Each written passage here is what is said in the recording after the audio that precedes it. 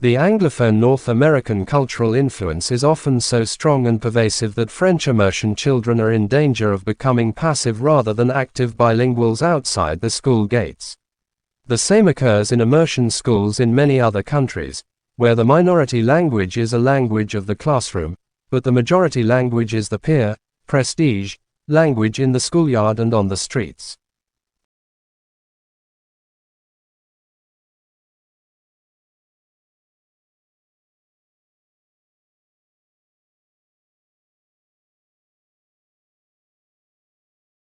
The curriculum tends to be the same for immersion children as for their mainstream peers. While immersion attempts to cultivate empathy for a student's second language culture, the immersion curriculum has hitherto tended not to have major distinctive components to develop such empathy and participation. For example, in Canada no challenge is that French becomes the language of school and English the language of the playground, street and vocational success.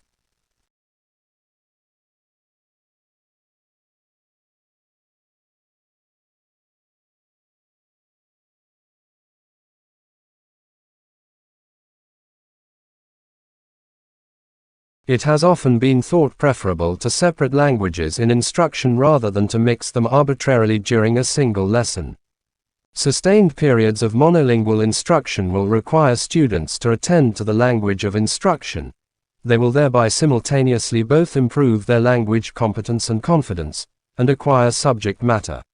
However, if mathematics, science, technology and computing are taught in English, will the hidden message be that English is of more value for scientific communication?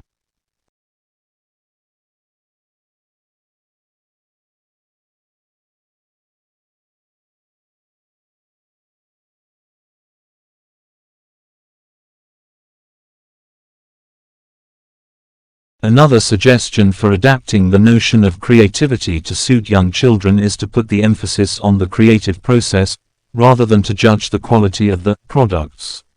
This is because young children may not have developed all the skills they need to achieve a successful creative outcome.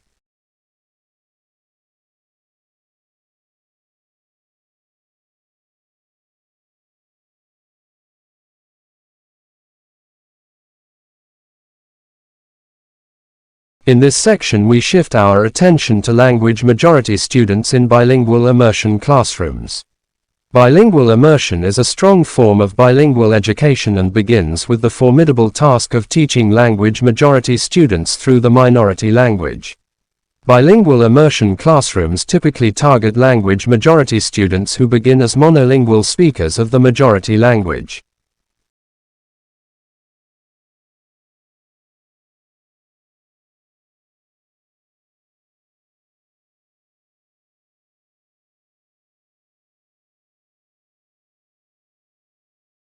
Talent usually refers to the possession of a high degree of aptitude and skill in a given area, such as music or mathematics, but would not necessarily imply either a high degree of originality or an ability to demonstrate creative abilities outside the specific area.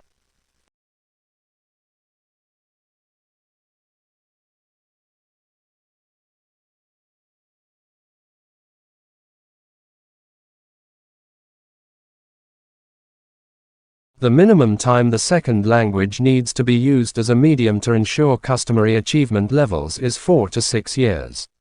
Around the end of elementary schooling, immersion students show equal or higher performance in the curriculum compared with their mainstream peers.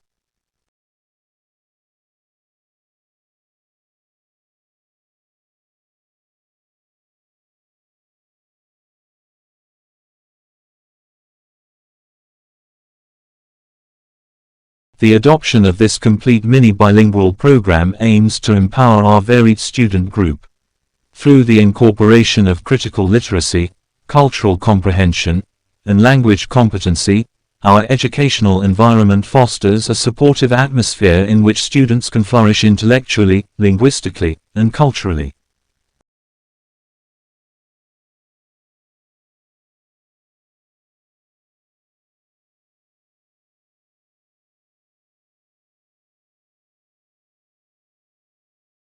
Teaching and learning has the opportunity to explore more deeply into a subject, which enables children to be more inquisitive through questioning and personal inquiry from the theme. This is a new journey for the school, and we are truly still at the start of it. Nevertheless, there is a sense of freedom to explore creativity within the classroom.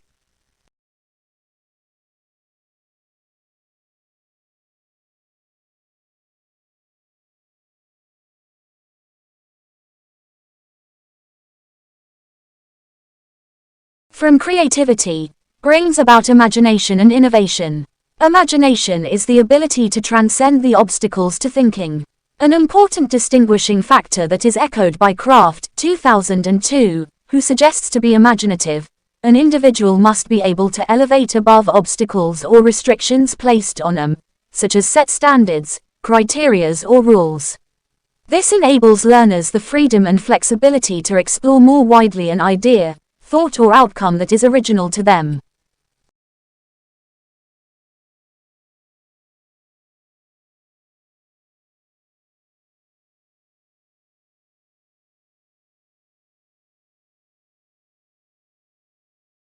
Acting in this manner involves trust in the process, in oneself to take risks, and in the congenial learning environment that respects both. Though historically, from my learning experience, learners are often given or receiving information to acquire skills and knowledge, which consequently restricts freedom to lead learning autonomously in their own direction with their own imaginative process to make learning more meaningful.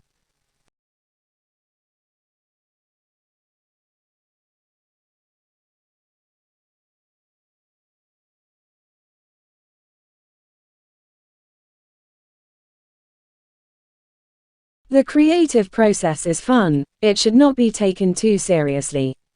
Creativity may seem like a fun, self-indulgent activity to counteract the more serious work of the classroom. But the creative process presents many challenges. It requires concentration, persistence and determination to succeed. It may in fact be a frustrating and difficult process. Creativity deserves to be taken seriously.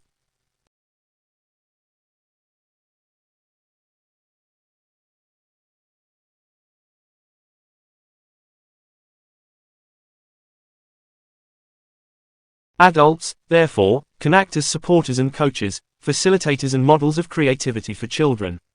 But on the other hand, adults also have the potential to stifle opportunities for creativity by being overly didactic or prescriptive.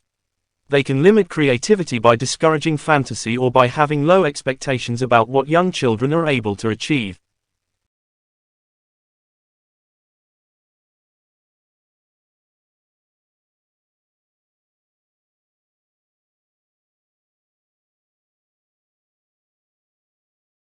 While there is a body of research into the impact of artists in school schemes, the role of artists in encouraging young children's creativity has not yet been well researched. In other words, although the involvement of professional artists and creative workers has considerable potential to be helpful, we do not have research evidence to say what kinds of involvement may have the greatest impact on creativity.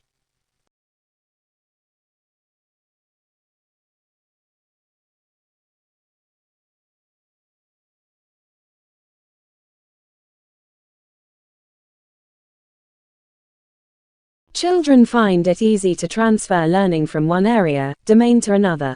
All the evidence shows that most children find it very difficult to transfer learning from one area to another.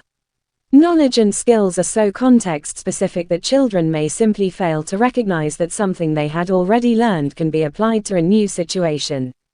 Adults can help children to make the connection.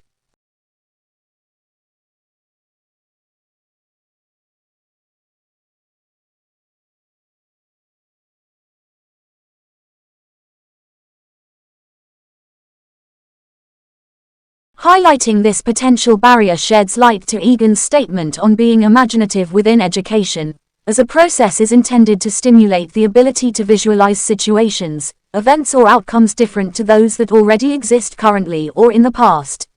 If learners become too reliant on educators giving information consequently, it requires them to think less, which stunts active, critical and creative thinking.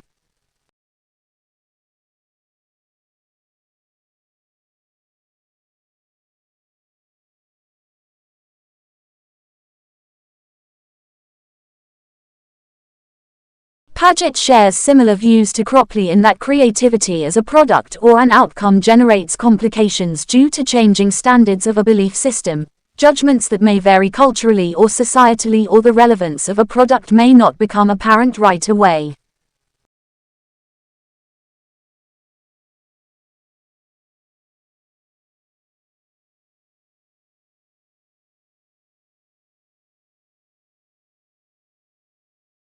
Within the past year, my school has had a change of headship, and with this change brings the use of the Essential Skills curriculum by Chris Quigley, which covers all the national curriculum subjects with exceeding skills to develop the depth of children's learning. Currently, my school's curriculum follows a thematic approach to teaching and learning, anchored with a core text connected to the theme and with subjects integrated, linking it all back together.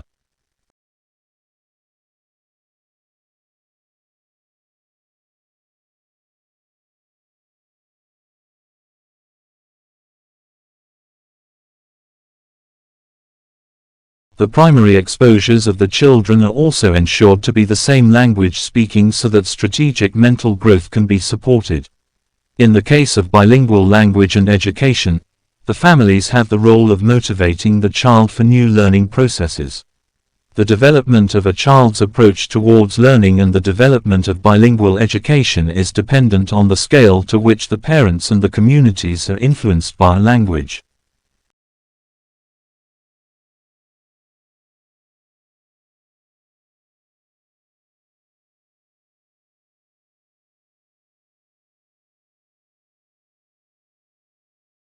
Family and community play a significant role in the language development processes of the children and promote the mindset for higher education processes. The family is the primary caregiver of children, shaping and nourishing the thought processes. On the other hand, the communities are the first exposed environment of the companies. The families are responsible for shaping the competence of a child to speak in the mother tongue.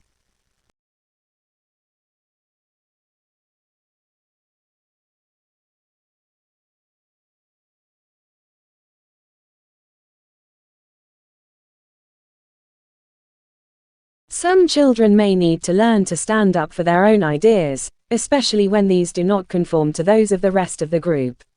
But children also need to learn discretion, so that they can judge when it is appropriate to be divergent and original, and when it is appropriate to conform.